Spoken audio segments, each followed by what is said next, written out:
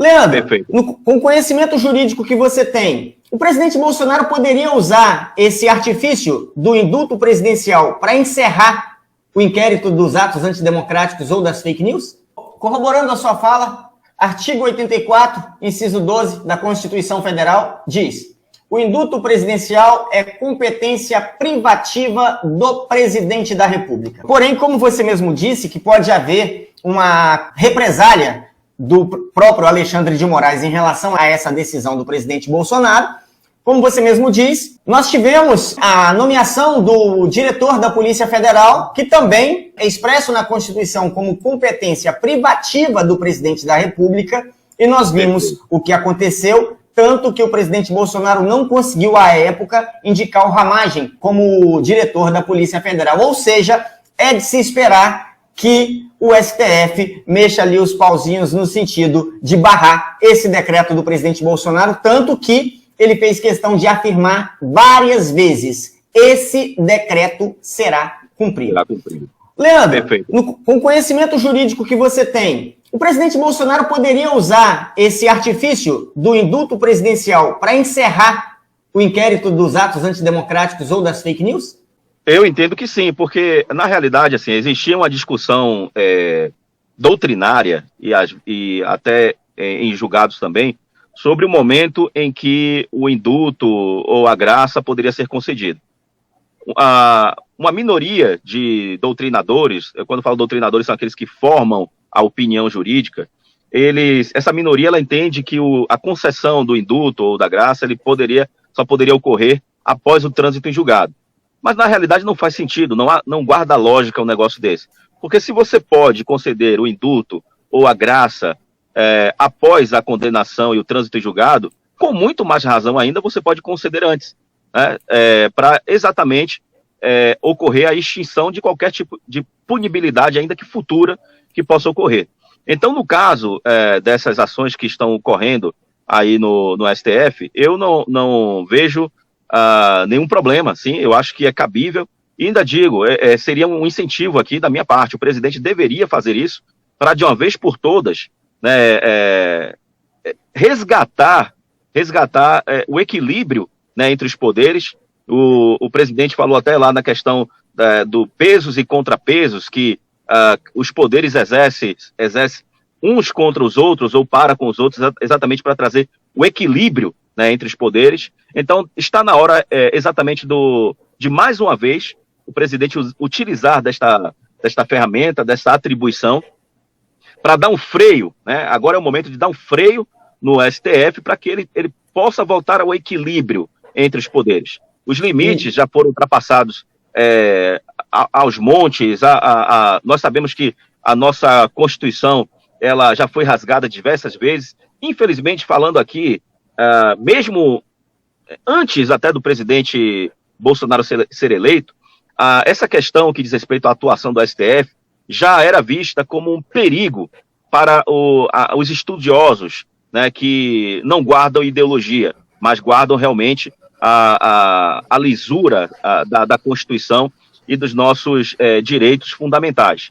Nós não podemos coadunar com a ideia de que ministros do STF possam, a qualquer momento, estar dando novas interpretações à Constituição, sem que haja uma participação, por exemplo, da Câmara dos Deputados e do Senado, do Legislativo.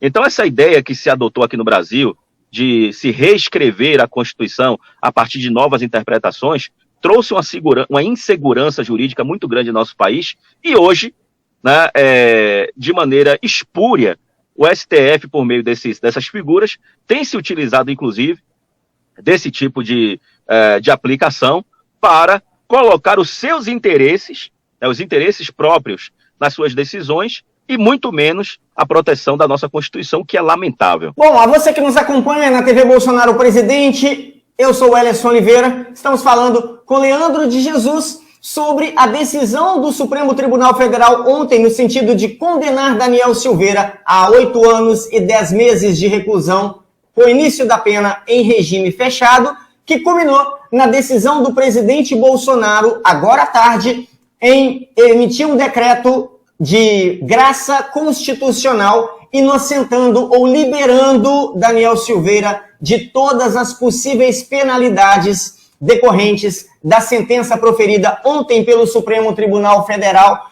Hoje, o Leandro de Jesus, o presidente Bolsonaro, durante a leitura do decreto que ele publicou no Diário Oficial ainda hoje, ele fez questão de deixar claro o poder que a Constituição conferiu ao presidente da República sobre o judiciário. Você observou isso? O presidente Bolsonaro dizia ou salientou que quem nomeia os ministros do STF no caso, é o presidente da República, bem como os ministros do STJ. Sim, observamos isso mostra exatamente, na realidade, o que precisa ser resgatado em nosso Brasil. Acho que a fala do presidente foi muito assertiva nesse sentido, de mostrar e de colocar em evidência, mais uma vez, as prerrogativas, né, as competências, aquelas que são as atribuições do presidente da República. E quando eu falo do presidente da República, isso tem que ficar, digamos assim, marcado na mente do povo brasileiro. A gente fala de presidente ou chefe do Poder Executivo enquanto cargo, né? Nós sabemos que o presidente Jair Messias Bolsonaro, ele vai, com fé em Deus, vai se reeleger novamente e estamos lutando para que seja no primeiro turno, para enterrar de vez, né, o ex-presidiário Lula. Mas nós sabemos que na próxima eleição, lá em 2026, o presidente Bolsonaro ele não vai poder, né, se reeleger novamente, ir para um terceiro mandato. E aí é que guarda a importância desse resgate dos valores e dos princípios e da competência, das atribuições do chefe do Poder Executivo enquanto cargo, porque essas atribuições precisam ser respeitadas. E hoje, o que esses inimigos da nação querem é exatamente esvaziar as competências e atribuições do chefe do Poder Executivo. Nós estamos vivendo aí essa espécie de jurisprocracia, onde o STF quer mandar mais no Brasil do que os demais poderes. Existe também aí uma tentativa de algumas outras figuras, né, de colocar aqui no Brasil uma outra forma de governo, trazer aqui o parlamentarismo. Enfim, existe uma tentativa de esvaziar o Poder Executivo, porque eles estão vendo exatamente esse renascimento, esse resgate do Brasil a partir do conservadorismo, da direita, e eles sabem que, uma vez que nós temos aí uma participação muito forte, elegendo o nosso representante maior, que é o chefe do Poder Executivo, eles terão dificuldades para que o establishment continue aqui dominando o nosso país. Então nós temos que lutar. Eu acho que a fala do presidente foi muito mais nesse sentido também, para fortalecer e resgatar aí essas atribuições tão importantes que diz respeito aí ao chefe do Poder Executivo. Leandro, aproveitando o gancho que você deu aqui sobre eleições 2022, rapaz, como é que está o cenário aí na Bahia em relação ao governo do estado? Na sua opinião, o cenário caminha para que Rui Costa permaneça ou para que, enfim, acabe o domínio comunista na Bahia?